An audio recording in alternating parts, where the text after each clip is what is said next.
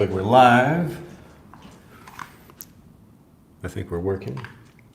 I am Drew Badger, the founder of EnglishAnyone.com and the English Fluency Guide. Welcome to another live video here on YouTube. We'll give YouTube a moment to load up here. But today I thought I would do another Fluent in 15 minutes. This is where we're going to take the first few minutes of a video and just talk about something, really focus on it and understand it in a couple of different ways. Remember that the goal of becoming a confident speaker is erasing doubt. So the more doubt you can erase, the better you can speak, because you won't be worried about pronunciation or grammar or whatever the thing is. So again, that's the whole point. And today, thought I would focus on something very simple, very everyday cutlery. Cutlery. 腹がりそうのチーム。までやってきたね。All right, well, nice to see everybody there. We'll get right into the video. I want to keep this one going. Good morning. Look at that. So yes, I think my Japanese viewers will be here because it's a holiday in Japan. But I'm glad people can enjoy, and everybody can enjoy the video over here. All right, well, I will be quick over here. But as I usually do these videos, what we're trying to do here is compare and contrast some different things. And we'll talk about forks, knives, and spoons here, but from kind of the basic or beginner level of English, and then get more advanced talking about how we can describe these things. So we'll begin with a fork. Look at that. This fork has nice balance. It has nice balance. Now, just some basic English. This is a fork. This is a fork, and I can eat with a fork. I can eat pasta with a fork. I can eat, what else can I eat? I can eat some eggs with a fork. Very simple English. Same thing with the spoon here. This is a spoon. I can eat, what can I eat with a spoon? I could eat some soup. I could eat some, let's see, maybe some stew. Let's see, I could eat maybe some kind of like cream thing, like a dessert. I could use a spoon for that too, like some pudding. But this is a spoon, very simple. This is a spoon. And this is a knife over here. This is a knife. There are different kinds of knives, but this is a knife. This knife has some nice balance too. You can feel if I can find the balance point on here. Let's see if I can find that, the balance point. Oh, that looks pretty good, the balance point. So the balance point on something is where we can rest something on one point and it will still balance, the balance point. So a knife can cut things. So I can cut some butter, or I can also spread something like that. So if I take some butter and spread it onto some toast, something like that. But these are all very basic, very simple English sentences. So I can cut something, or I can poke something, or grab something with a fork, or I can scoop something with a spoon. I can cut something with a knife. So very simple silverware, and together we can call this a set. Pardon me, of course we have an ambulance as usual. We have a set of silverware, and you can also call this cutlery. So a whole set like this. Usually it could be different things for different meals. You might have even kind of different styles of fork. We'll talk about that in a second. But that's basic English for describing these things. Now, if we want to get a bit more intermediate with these, we could be a bit more specific about the different parts of these things or the kinds of actions we might use. So let's say I'm talking about just the fork as a more intermediate way of describing this. So this is a fork here. You can see a nice, the curved head of the fork over here, the kind of top of the fork. If we look at the whole fork here, so we have, you can think about the whole fork. This is the handle, so where you put your hand, the handle. This thin part here is the neck of the fork, just like my neck. So you can talk about this as being the head of the fork. But the more important part here, you could call it a head, but most people, if you're talking about it in a more intermediate way, we're really talking about these little points here. These are called tines, T-I-N-E. So this fork has 4 tines. And you could have different forks or different numbers of tines for the different meal or for the different dish you're eating. Yes, T-I-N-E-S. So you could have maybe 2 tines or 3 tines or 4 tines, depending on how strong of a piercing you want to get. So if you look at something like a barbecue fork, so a barbecue fork might look more like this. It might have maybe 2 tines on it. So we're going to stab something a bit more if we only have two little tines here, T-I-N-E-S, to poke something and stab it more. But this is better for a salad, and you can see it's nice and curved like this. Has a nice feel to it, easy to scoop something, but also pierce something as well. So to stab something or pierce something, okay? So just again, looking at the different parts of the fork, very simple. We've got the handle, we've got the neck, and we've got the tines of the fork as well. So that's looking at a fork. Now let's look at a spoon. A spoon. Look at that. I can see my reflection. You can see the reflection in the spoon over here as well. So we have, again, the handle of the spoon over here. This is called the bowl of the spoon. The bowl, just like you have a regular bowl, like you're eating from a bowl. So the bowl of the spoon as well, where I can scoop things or hold things. And we could also talk about different varieties of spoons that have different kinds of bowls.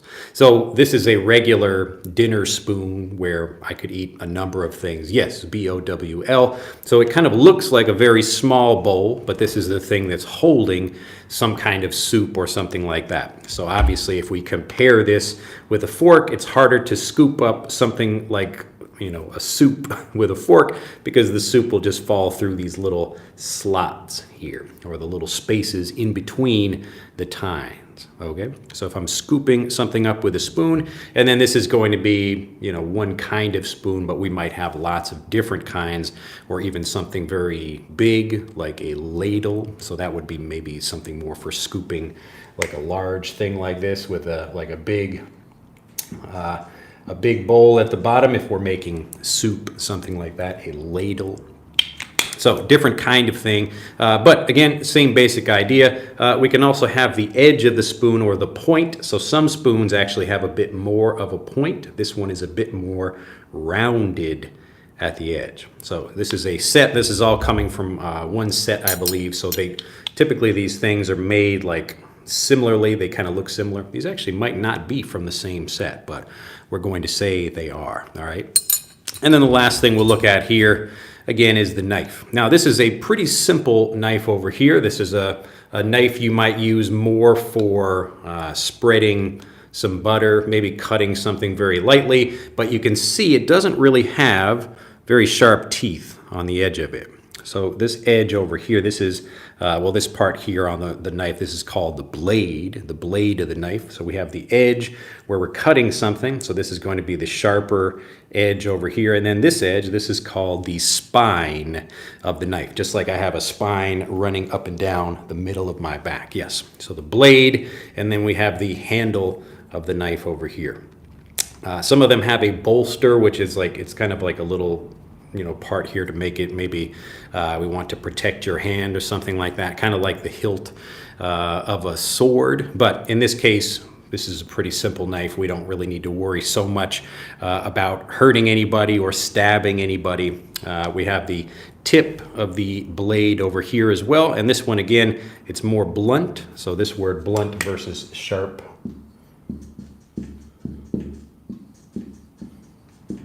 So some knives, maybe the edge or the very tip of the knife looks more like this. So we have a sharp knife, but this one is more blunt. So again, comparing these things, this is a bit more easier for a family, or children could use this one as well, and it's a bit more for spreading, but it doesn't have kind of little teeth on the side of it there. All right, so it's a smoother edge of the knife. You can see the edge of the knife is thinner. It's thinner than the spine of the knife because this is where we're cutting, but it doesn't have little teeth. So these teeth, these are these tiny little teeth like this, the jagged edge. That's known as a serrated blade. So some knives have a serrated blade like this, which makes things, it's almost like a tiny saw. It's a little bit easier to cut through some things. So that's called a serrated edge.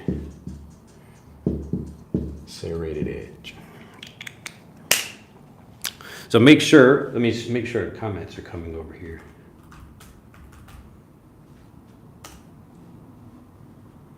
Let's see. Okay, I think we're working well. That's weird. It's not showing up on the... Okay. All right. But anyway, so those are some intermediate examples, but let me pause for a moment before going into something a bit more advanced for this last look at these. But let me know if you have any questions. I'll go back and check chat before we do that. But hopefully you're seeing... When people typically learn a language, the biggest mistake I see is that people don't go deep enough or they don't spend enough time really trying to understand things. And so I want to show you with this series, just showing you even very basic things, you could go more into detail about them and really learn a lot about these things, especially learning a lot of useful vocabulary. So even talking about something like blunt or sharp, or the tines in a fork, or the serrated edge where we have some kind of jagged edge on something like that. That's another way to talk about it. Jagged edge. So jagged means we have this kind of zigzag thing where there's lots of points, and maybe even you could have some jagged rocks that kind of come out like this as well. So it doesn't need to be perfectly pointed in that way, but some kind of style like this where it's not smooth. A jagged edge. Jagged edge. All right, let me see if I missed anybody, but looks like people are saying good morning. Nice to see everybody there. All right, yes, they seem well designed and handy. Yes, another word we talked about before. Nice to see everybody. I'm just trying to go through this so I can go through quickly in the first 15 minutes and make sure I get through all three levels of this. Hassan says, Hassan, finally I'm on your stream. Hello, sir. I went through relaxing and peaceful weekend. Okay, glad to hear. And Marcelo says, very similar to how we say in Portuguese. Yeah, I bet there would be some things that are like, faça de cera, like a serrated knife. Yeah, so some of these things are going to be a little bit easier depending on what language you're learning English from. So other Latin languages, like if you're a French speaker or Spanish or Portuguese speaker, you're probably going to know some words, or they will sound quite similar, although the sound of the pronunciation might be a little bit different. Let's see. And Cheat Safel says, in your experience, what is the normal period of time to become fluent speaker with your method?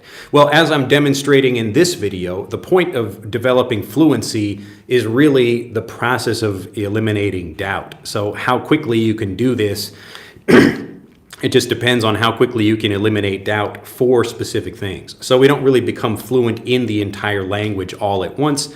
We become fluent in individual things. So you become fluent in talking about the parts of a knife or how to use a knife, excuse me, things like that. So if you're talking about like my method, there are actually quite a few different things I do to help people learn, like comparing and contrasting different things.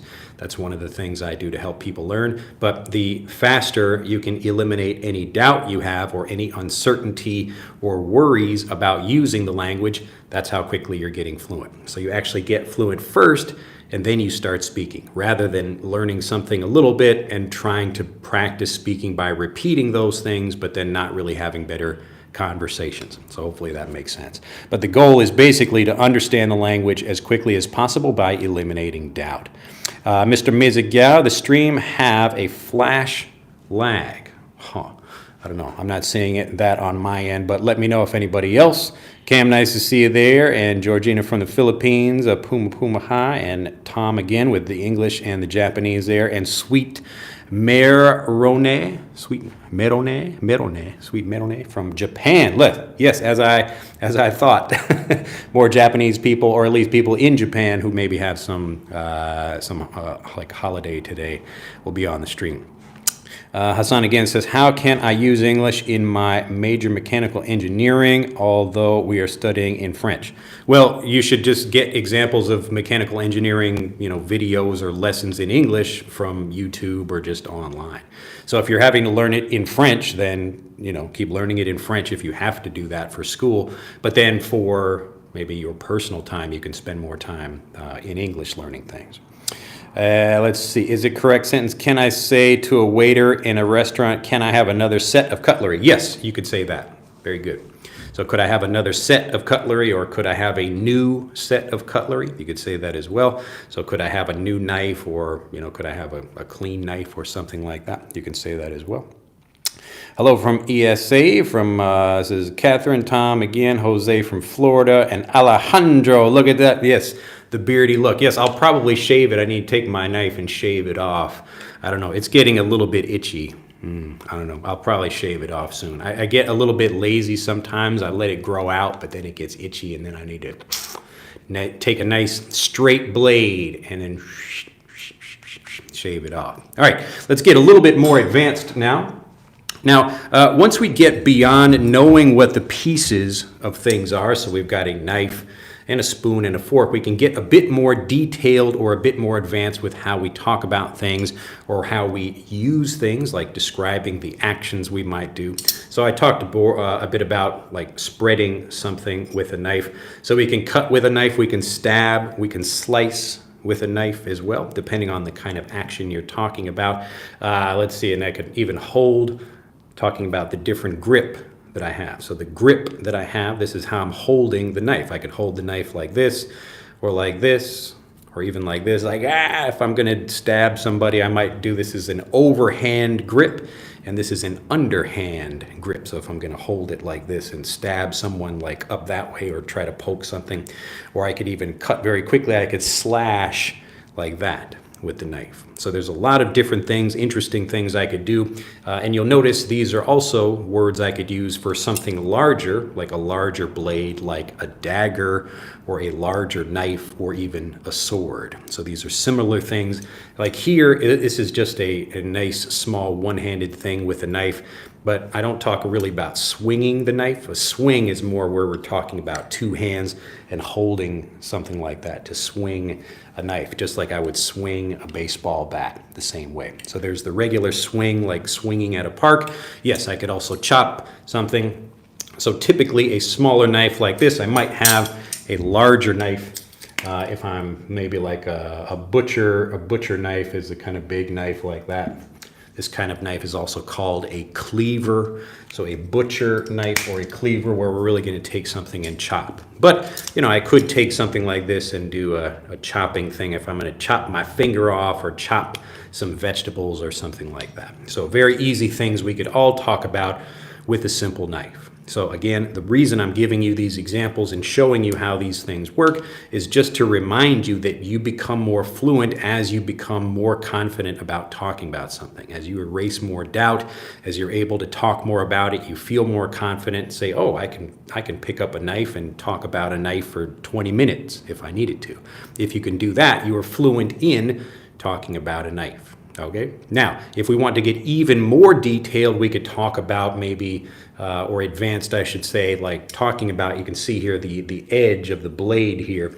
So we can talk about life or something being on the blade's edge or the edge of a knife. Like it could go that way or it could fall that way, something right on the edge. So people talking about like they feel they're on the edge of something, like it could be the edge of a cliff or it could be the edge of a knife. So a very thin thing where maybe you're walking this way trying to be good, but you do something bad and you fall off one way or the other. So you could talk about life in that way, like on the edge of a knife. So maybe in a really, like living out in the wild where you could get hurt easily or some animal could get you, you're living on the edge of a knife. And it's very hard, like you're safe up here on the edge, but it's very thin and it's easy to fall off. The edge of a knife, all right? So that's a bit more advanced about a knife. We can talk about a fork in the same way. I talked about poking something or stabbing something, just like we're going to stab something with a knife. I also mentioned piercing something. Some other things we could talk about the fork, where we're having like the handle here. I talked about the balance point where we have trying to get the fork. Look at that. There we go. Nice balance point here in the middle, kind of, but this is where the weight. So this is the balance point for the fork. And people design these forks so that they feel good in your hand, that you're holding it, but it's not too heavy on one side. So I can scoop something. I can also dig into my food. You'll often hear this when people talk about beginning their meals where they say, oh, like, let's dig in, let's dig in. And so they're talking about digging in, just like you dig into some dirt. So digging in to your food. Let's dig in, let's begin.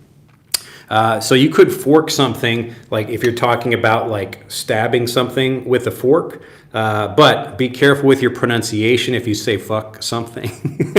So be careful about that, like I forked something. There's also another kind of similar thing like this.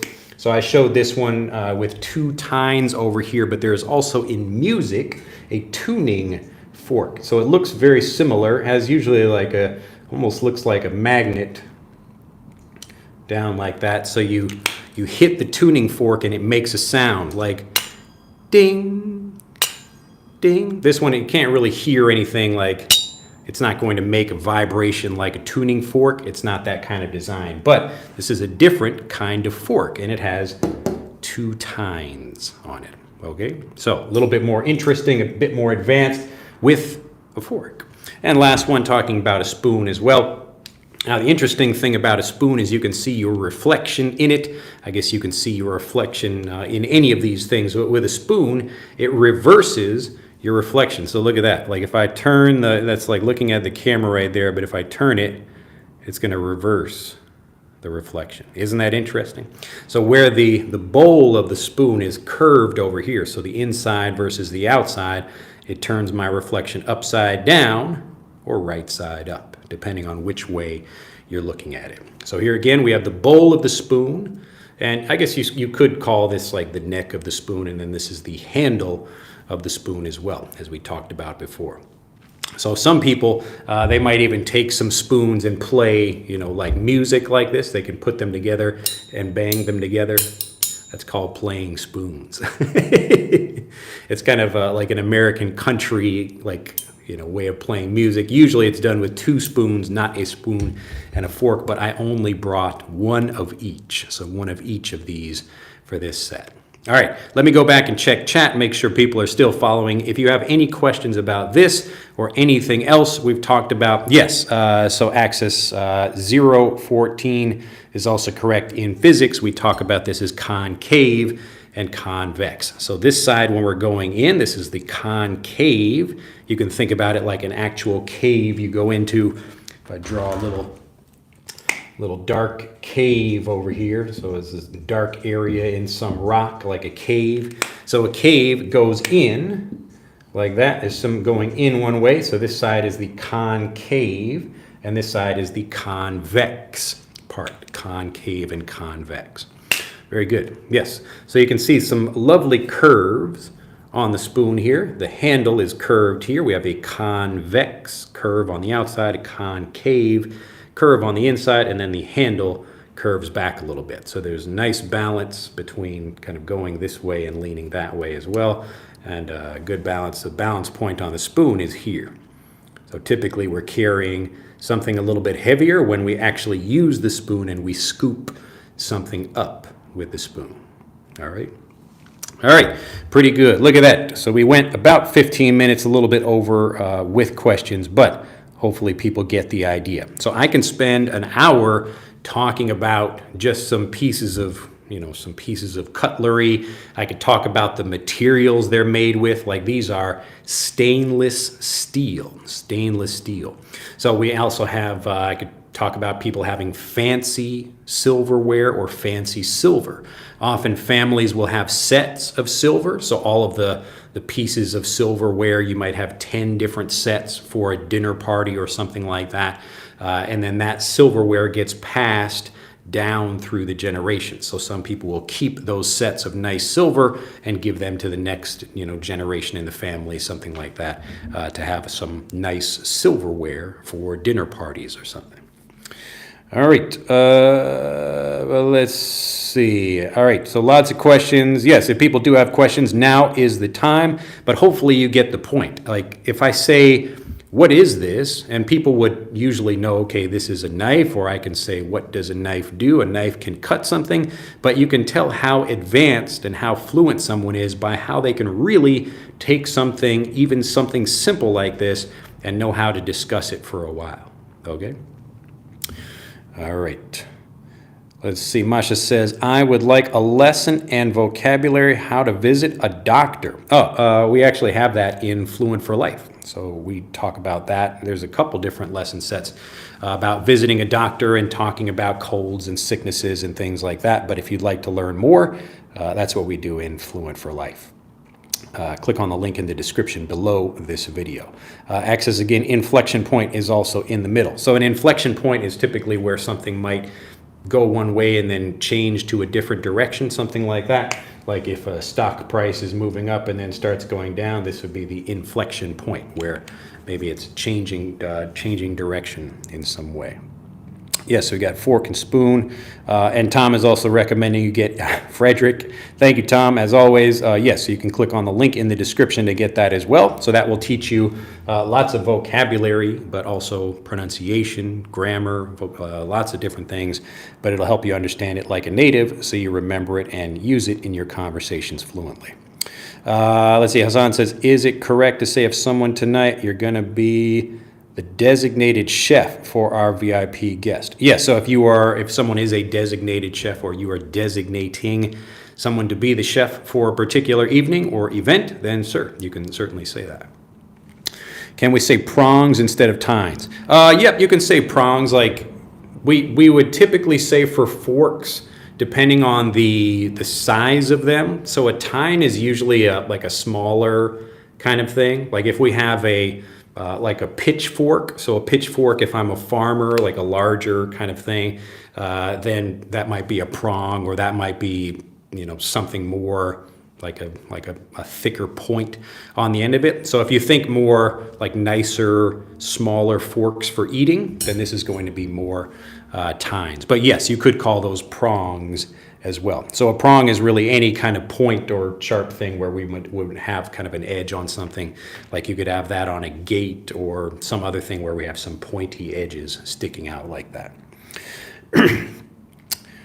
Let's see. Did I miss anybody? Let's see. So can I say fork something? Yes. So again, if I didn't answer that correctly before, yes, you can fork something. That's both a noun and a verb, to fork something. But I was just making the note to be careful. If your pronunciation, if you miss up saying the word, you might say fuck instead of fork. That was a joke in Alien Resurrection, actually, when the scientists are trying to teach Ripley to speak English after many years of not being alive. And I don't want to tell the whole story, but they were holding up a fork and they were saying fork, fork. But Ripley was like, fuck, fuck. So they put that joke in there. Let's see, Abra says, I'm really happy if natives can speak English like you. Yes, so you probably will not get that wish to come true. So instead, it's better if you just learn a little bit on how to understand like natives do. And that way you won't have to worry. Like me, I don't need to worry about understanding natives because I've learned the way I have. And that's how I teach. So trying to make sure you get lots of examples, not only of clear speakers like myself, but also lots of examples of unclear speakers or people who speak too quickly, or when the environment, like even, you get a fire truck or something like that, can you still hear and understand what people are saying? That's the kind of training you need to understand natives. So it's going to be more different or more difficult to understand, oh no, of course, the fire hydrant, or not the fire hydrant, the fire truck. So it's going to be more difficult to understand natives if you only listen to people like me on YouTube. You need to get a mix of understanding things like I'm helping you do, but also lots of examples of natives, okay? This is what we do in Fluent for Life. So it's not just learning with me, you're learning with lots of examples of natives talking. Let's see, Alejandro says, what's up, bro? Oh, yes, you got that already, talking about the beard. You like the beard? Well, I'm glad to hear it. I think my wife is not such a fan, so. The beard is not long for this world. That's a nice expression for you. Not long for this. Not long for this world. So if something is not long for this world, it means it will soon die or it will soon disappear or go away. So my beard is probably not long for this world. So I may, get rid of it or shave it off or whatever. Let's see. Cam says, is that Spoon from Manchester United? I don't know that reference, but it looks like some people do. Let's see. Is that Spoon from Manchester United? Well, I know the soccer team or the football team, but... So fork is a noun. Fork is a noun, but it's also it can also be a verb to fork something. So if I'm stabbing something with a fork, that is forking something. But we don't really talk about spooning. I guess you could like spoon something by scooping it up as well. So technically, both of those could be nouns and verbs. The answer is, hey, Drew, I have a problem that I don't own the vocabulary and I don't see images in my mind. As I see in my native language when I speak. I just see words and letters. That's why I'm not getting fluent. Well, then it means you're not getting enough examples and really understanding things to get that ownership level. So you do that by seeing lots of examples and getting naturally varied review. If I just show you this marker again and again and just say marker, marker, marker, I hold the marker up and show you that many times, you're probably not going to remember it because you might understand it and hear the pronunciation and learn that, but really understanding things means getting lots of examples to understand how we can understand how something can work really well, like understanding it fluently, feeling confident that we know how to pronounce it, how to use it, if it maybe changes with different tenses, anything like that. So that's all the things. If you're not feeling confident about a certain topic or a certain vocabulary or whatever, like you're uncertain about a grammar point, then you should probably spend more time focusing on that thing. Again, that's the biggest mistake I see people make. Like I say, hey, today we're going to talk about knives in an English lesson. And people say, well, I already know about knives and I can talk about knives. And I say, oh, really? Go ahead, talk about knives for a little bit. And then very quickly people don't have much to say. So the point is, can you take something like this, and even a fluent speaker could weave a whole story out of a knife, like maybe where did this knife come from? So maybe I bought this knife at a particular place, or this is actually, we can talk about the story of the pirate that this knife came from. Okay, so you have to be careful with this, all right? It's dangerous. This could be an even like a magical knife, or it's got some kind of story behind it. So we can talk about like what is the story behind something.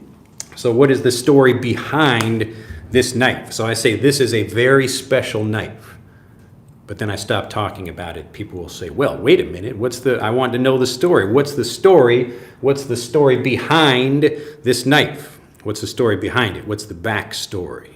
All right, so what is some interesting history or something that happened? Where did it come from? What's the backstory? But this is a common question. Like you'll say, like, what is the story behind that?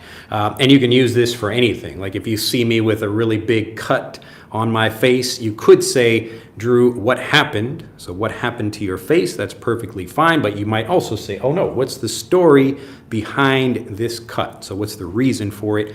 Where did it come from? What's the story behind that? All right, look at that. Lots of interesting vocabulary and phrases. And you can see how even talking about something like a knife can lead to some interesting vocabulary. So this is another reason why I tell people to be open about learning about different things, different topics that maybe they don't care about so much. It's like me, I might watch some little kids shows in Japan. And even if I know a lot of the vocabulary already, there's still a lot of interesting things I can learn. And some of that vocabulary can then be used when talking about other things as well. Cauldron? You mean cauldron? Like C-A-U-L-D-R-O. Actually, let me check that spelling. I want to make sure that's correct. Yeah, so if you're talking about like a large cooking pot, like a witch uses like those big black pots, that's a cauldron like that. Cauldron, a cauldron. Cauldron. When to use tines also for a comb? Yeah, I guess you could. You could probably do that. Let's see. I'm going to check that as well.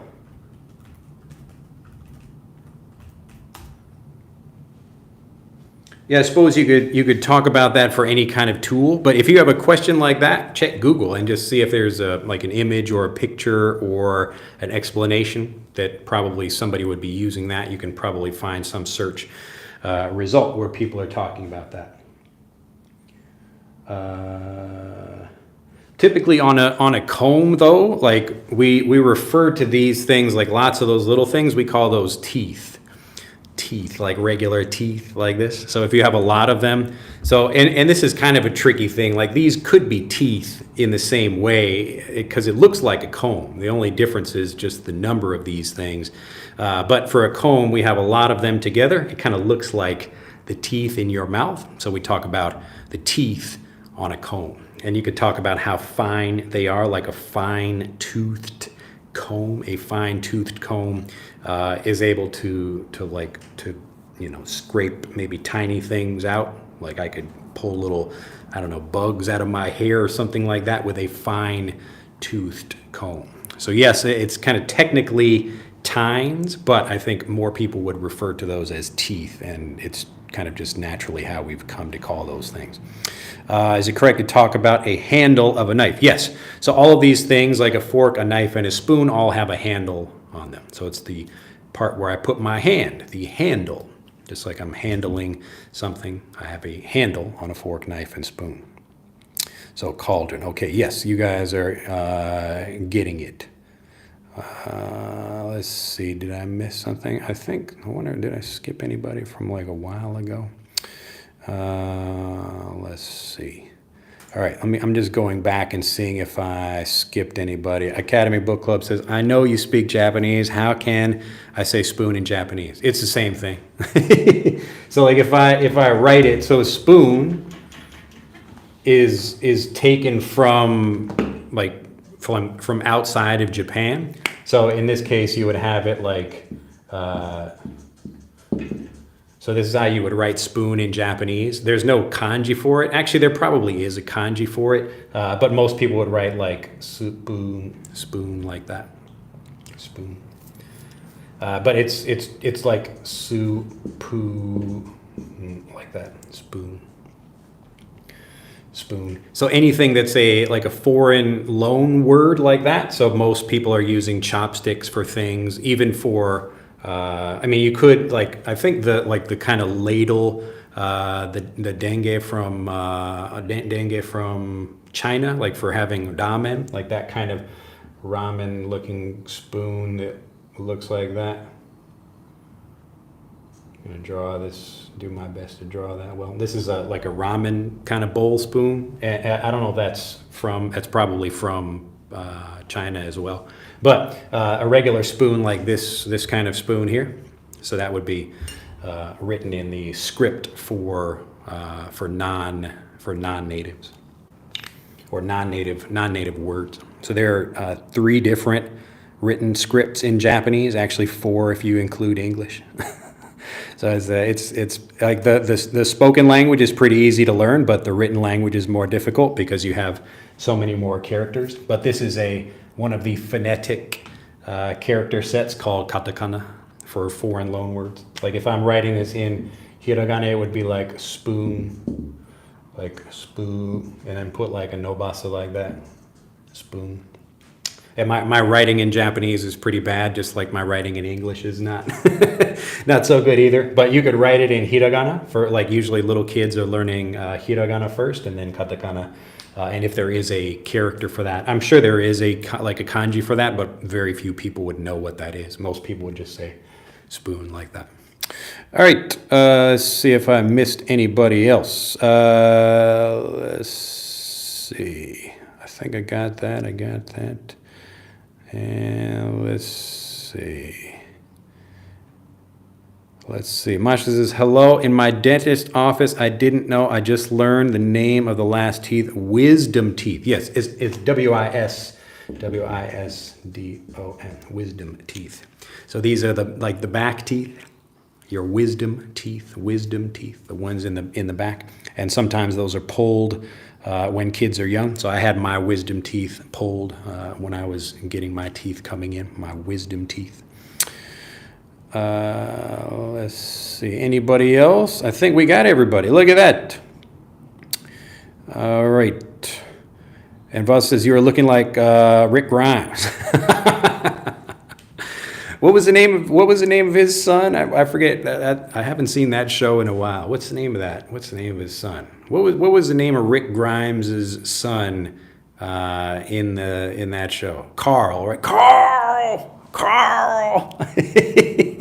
He'd be yelling for his son, Carl. Let's see. The answer is, hey, Drew, I have a problem that I don't. Oh, okay, I answered that one already.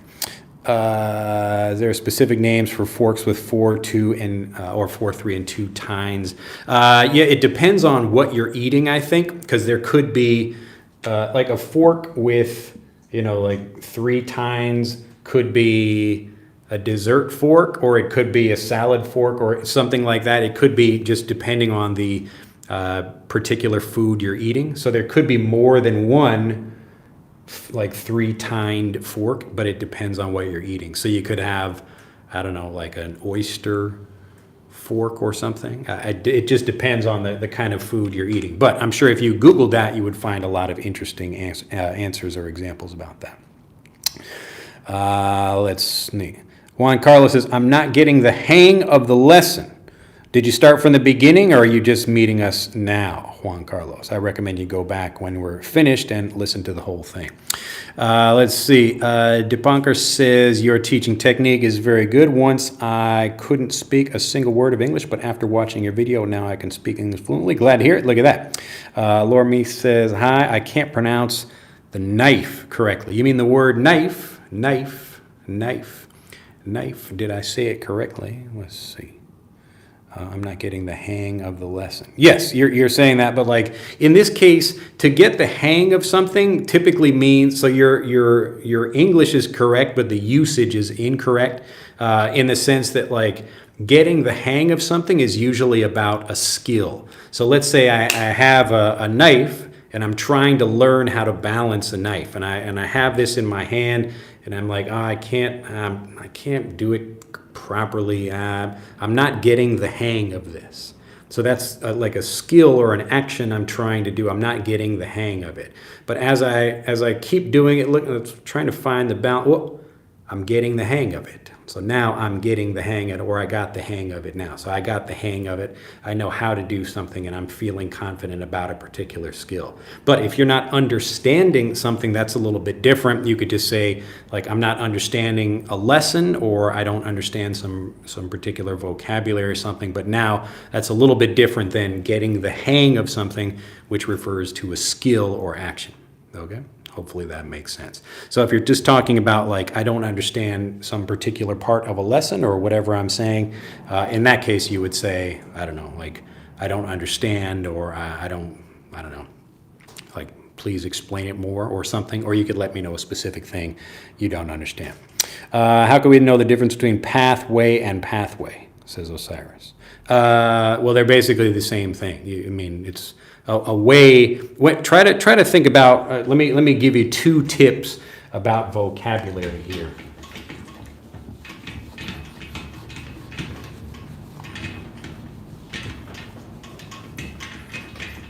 All right, this is a good thing to remind people about. So 2 tips about vocabulary. The first one is that when you ask a native speaker or a teacher about particular vocabulary, like we have path, and then way, and then pathway.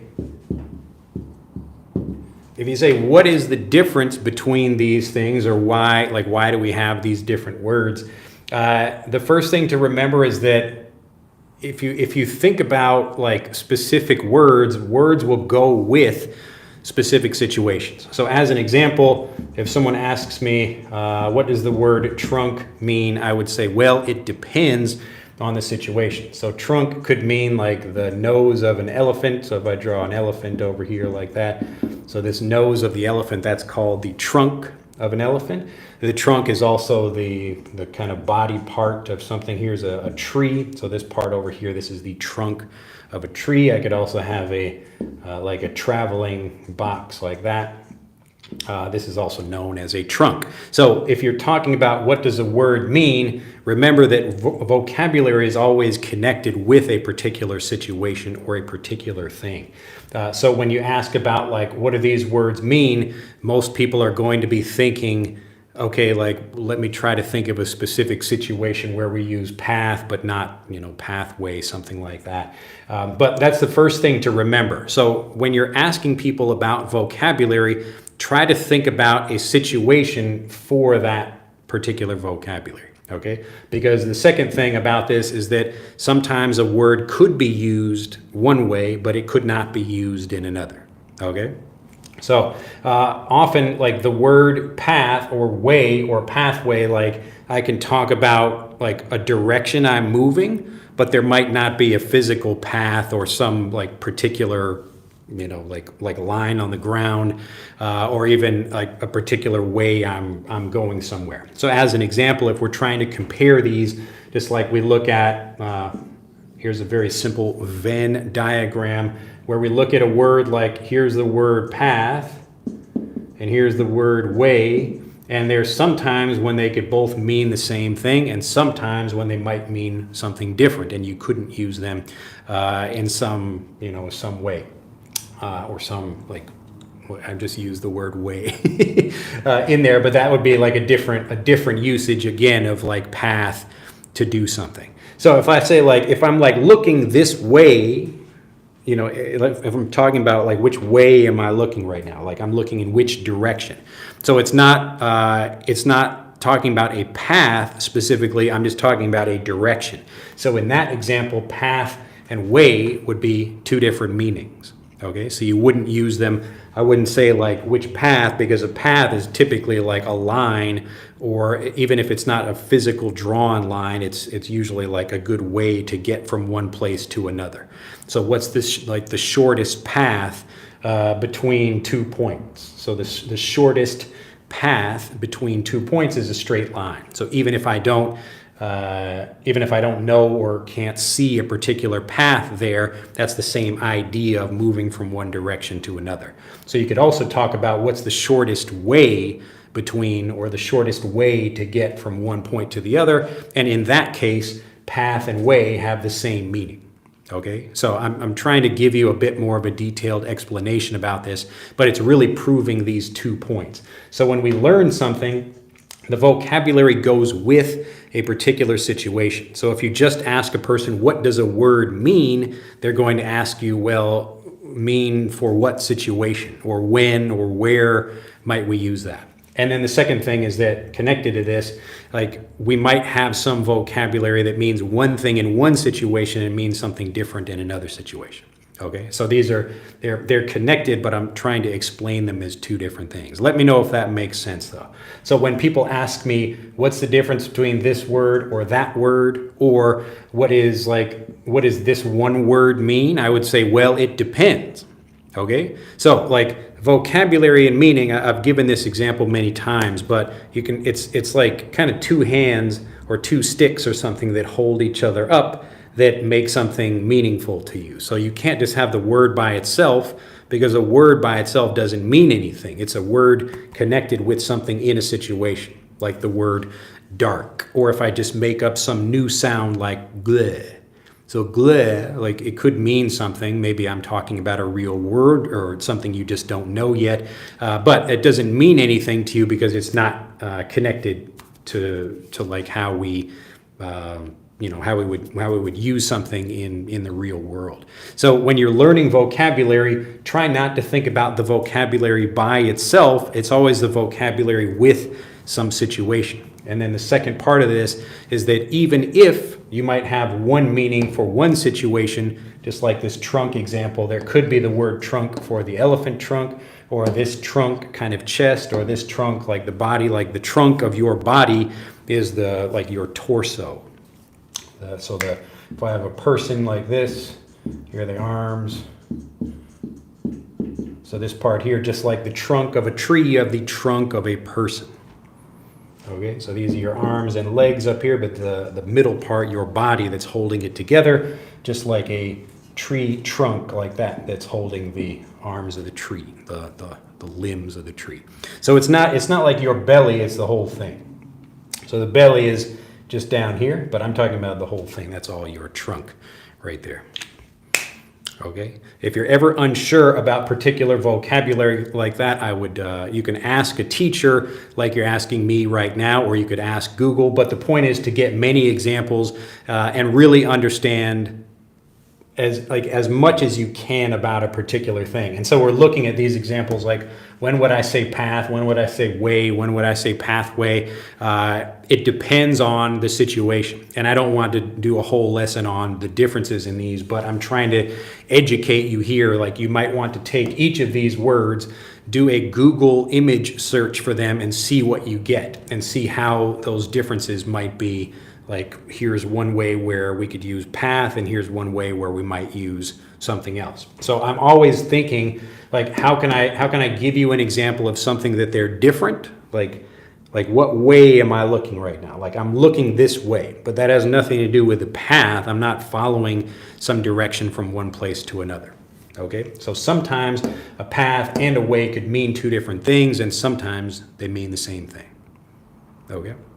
So if you're talking about a garden path, like just walking on a path by your house or something like that, you could call that a path. So the path is more talking about the thing you're walking on, and the way is like, okay, here's a particular direction, like we're trying to go somewhere. So it's basically describing the same thing. So I'm walking on a path, but this path is the way to some particular place. Like, if I'm just walking on a random path, but I'm not going anywhere, it's not really a way to get something. I'm just kind of walking. I could see a path on the ground and start walking on it, but I'm not going anywhere, or the path doesn't actually take me anywhere, so it's not really like a way to get to a particular place. It could be a way to nowhere.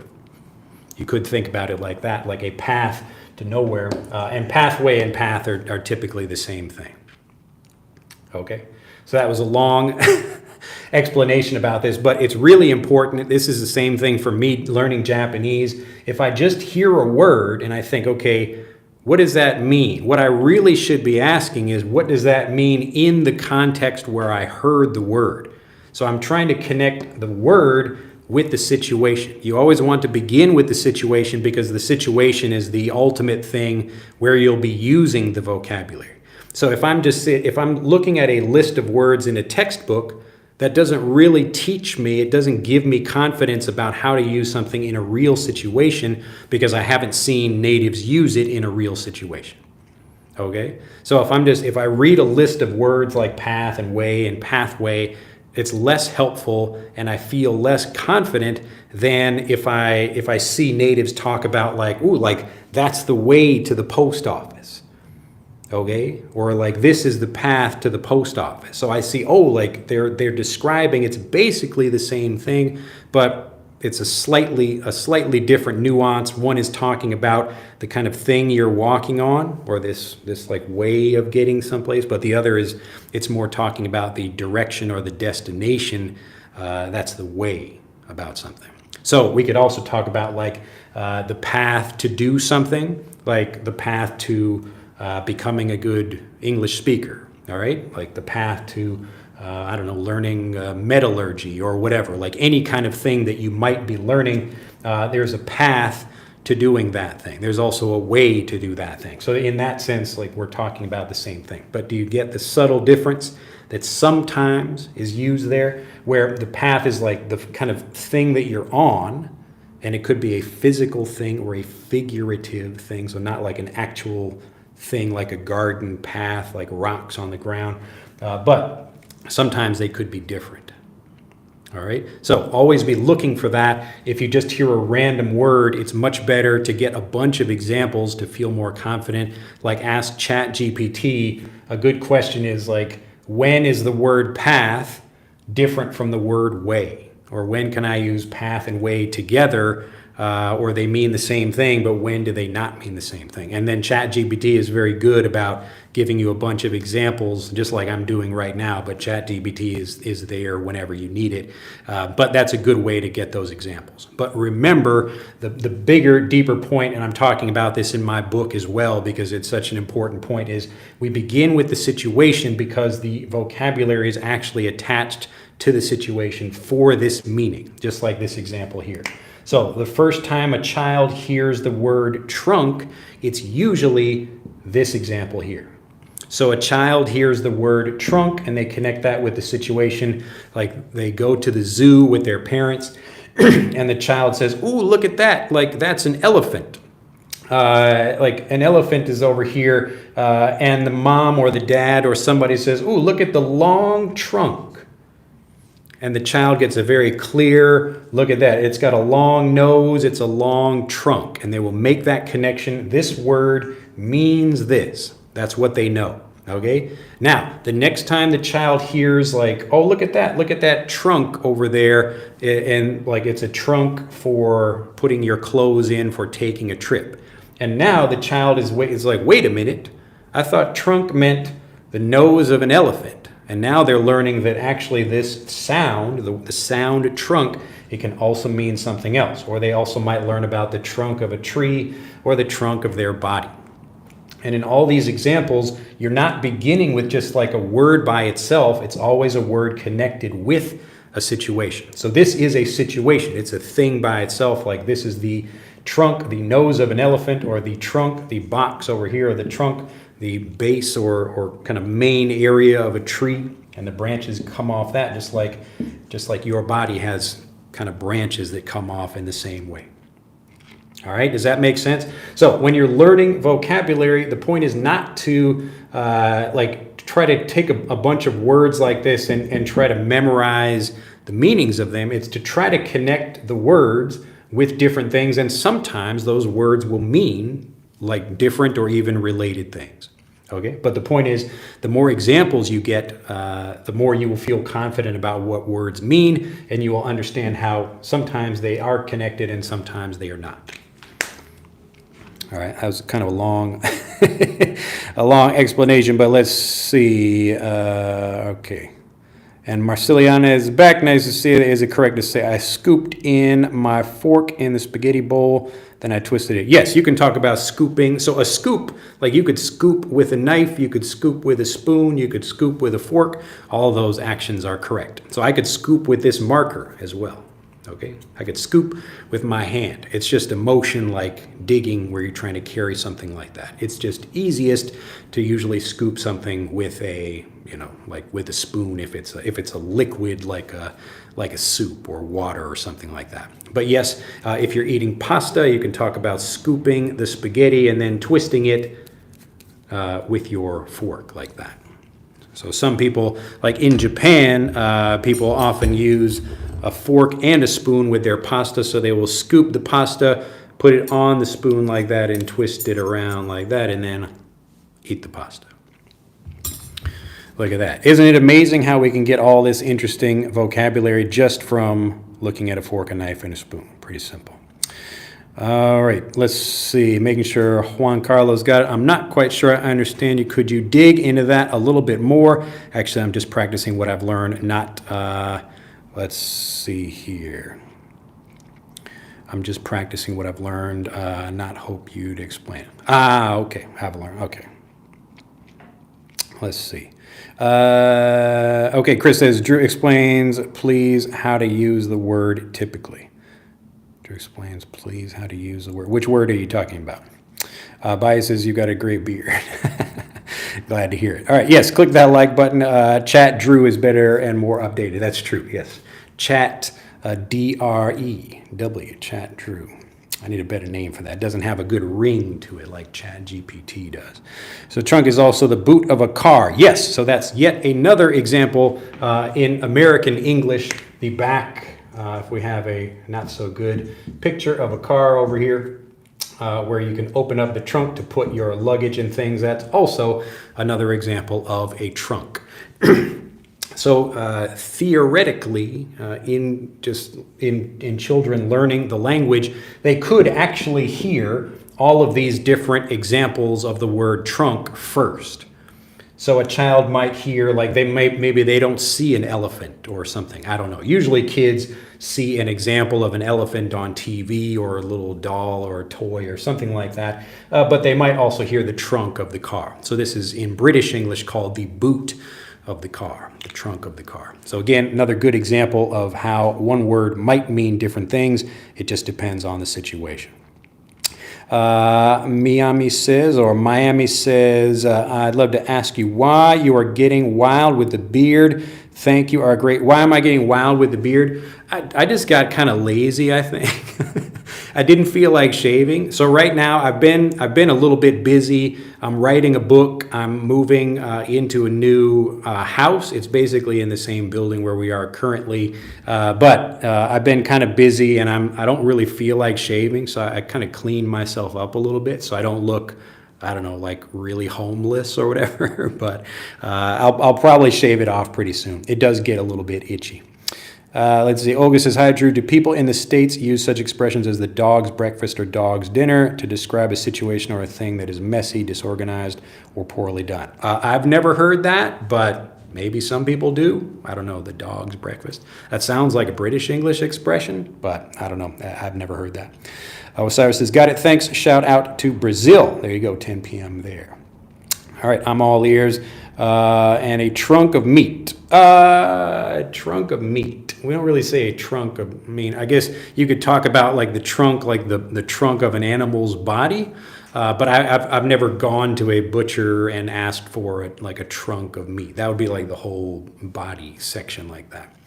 Juan says, what is the book about? Well, it's basically all the things that I've learned about fluency, and I'm putting it all in one book because I've become very good at explaining it, but I'd rather just have one book I can give to people and just say, read this. It will explain everything about how to get fluent, and it's specifically for the kinds of people I help, where they know a lot of English, but they still struggle to speak. So it talks about the ways of erasing doubt and why you can actually become fluent before you speak. So that'll probably be the title of the book, Get Fluent Then Speak. And then I'll be explaining like how I did it, so how I became a fluent speaker of Japanese, and then what I do now to help people learn. So these are all things you can do yourself, or I can certainly help you do that like we do in Fluent for Life, but that's the point of the book, to make sure everybody has access to that information and all in one place. All right, Nina from Sri Lanka, and Jerema, hi teacher, and Richard. Drew, look at that, with some exclamation points over there. All right, I think, look at that. We finished an hour, and I think people got the idea, but hopefully this makes sense. So a couple of things to remember to wrap up this video. Even if you have a video lesson or whatever kind of lesson where you're learning about something, even if you think you know that thing, try to listen anyway. Be open to learning something more, because as you can see, we usually get a lot of interesting things coming even from something that seems very simple, like a fork, a knife, and a spoon. You can become much more detailed, and I could get even more detailed about these things and talk about stories of these things, or where they came from, or why we use them, or the history of these objects over time. There are lots of interesting things you could learn that will help your fluency, and even if you don't care about these things, maybe you do care about, I don't know, whatever you're interested in, but you should go deeper into that thing, but using English to do so, and that's going to help you become more fluent. But the point is, if you know something, if you think you know it, but you don't speak fluently about it, then you probably don't know it as well as you think you do. And that's why you should spend more time until you really know something, until you really feel confident about using it. That's when you really know something. All right. All right, let's see. We had a final question there. What do we call these tools and hold a fork, knife, and a spoon? This is cutlery or silverware. Silverware. So we might have a set of these, like a set of a fork, knife, and spoon for dinner. A dinner set, or like a meal set. A place setting typically is also a dish or a bowl and a cup or glass. Let's see, last one here. Darsh says, hey, Drew, what's up? Can you help me pull out these words from my mind to actually use them in a conversation? I couldn't do it in a spontaneous movement, but I realized later what I could have done. Yes, and that's because you don't really know the vocabulary as well as you think you do. That's the main thing, all right? So if you would like to become a fluent speaker, you need to spend more time actually knowing the vocabulary really well by getting lots of different examples. And I'll just end with this last point here. Oh my goodness, I just looked at the board. It's actually quite messy, but it's trying to show these different connections, and hopefully that point makes a lot of sense to people. But this was a powerful thing for me when I was thinking about learning languages and getting fluent in Japanese, and also thinking about how I help my own kids learn English and Japanese. And that's, again, remember, when you're teaching things, you really need to make sure that you want to make sure you understand something without a doubt. And that if the goal, let's see, we'll just put a G over here for the goal. If the goal is actual communication, then we should probably get examples from actual communication that show us how to do things. If we begin over here with like a textbook, so we just get a textbook example, like here's a word like trunk, you don't really feel confident about how to use that because you don't know the meaning, so maybe you get a definition or a translation of that. But there are going to be many definitions because there are different words or different meanings that it might have. So if you begin with the situation, not beginning with the vocabulary, you begin with the situation, that's what's really going to help you understand the vocabulary much better so that you use it fluently. You will see how people really use it. You will understand it. Like right now, if you're listening to me, you can hear the vocabulary I'm really using to describe something. And as you get those examples, you will feel more confident because you see, oh, look, this native is using that expression in this way, so I can feel confident using that expression in this way also, okay? So you can hear the usage, the grammar, the vocabulary, the pronunciation, all of these things are here together. It's not separated like in a typical lesson. Like today we're going to learn some vocabulary, tomorrow we will learn some grammar, the next day here is some random pronunciation. So you want to learn all of these things together. The goal is communication, so you should be getting examples for meal communication.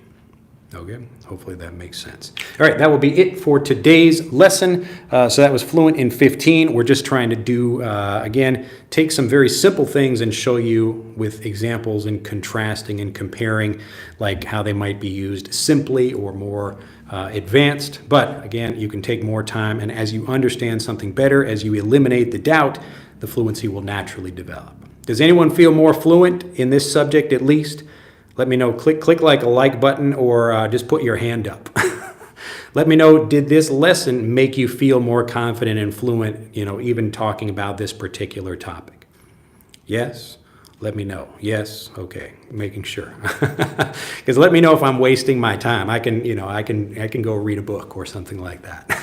But these are the things that get me fluent in Japanese, and so making sure that I understand things really well, that's what gets me fluent. That's what allows me to speak. I'll tell you very quickly, I think maybe I told this story already, but last week I went to a friend of mine's.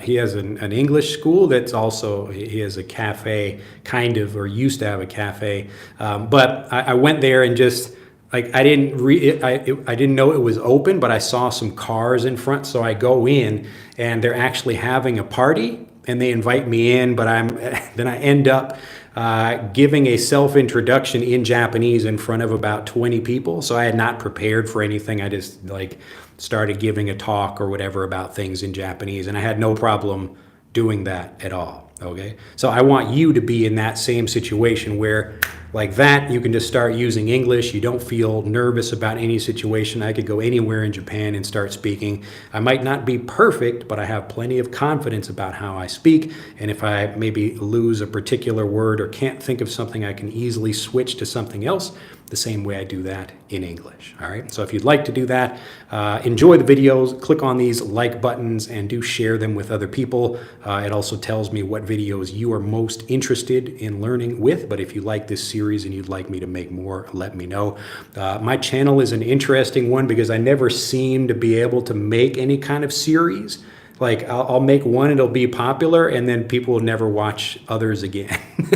So I don't know why that is. It's a really tricky thing, and maybe YouTube doesn't, I don't know, tell more people, or maybe my videos are not good enough. I don't know what the reason is, but if you have particular things you'd like to learn, let me know, because I'm here to help you. And also, most of the work is already done for you if you just click on the links in the description to get number 1, Frederick, and number 2, Fluent for Life. So these will teach you all about this idea here, understanding things from the situation so you become a confident speaker rather than trying to learn the typical textbook way where you don't really understand things and you feel lots of doubt in communication. All right, have a fantastic day. Again, click on the links and I'll see you in the next video. Bye-bye.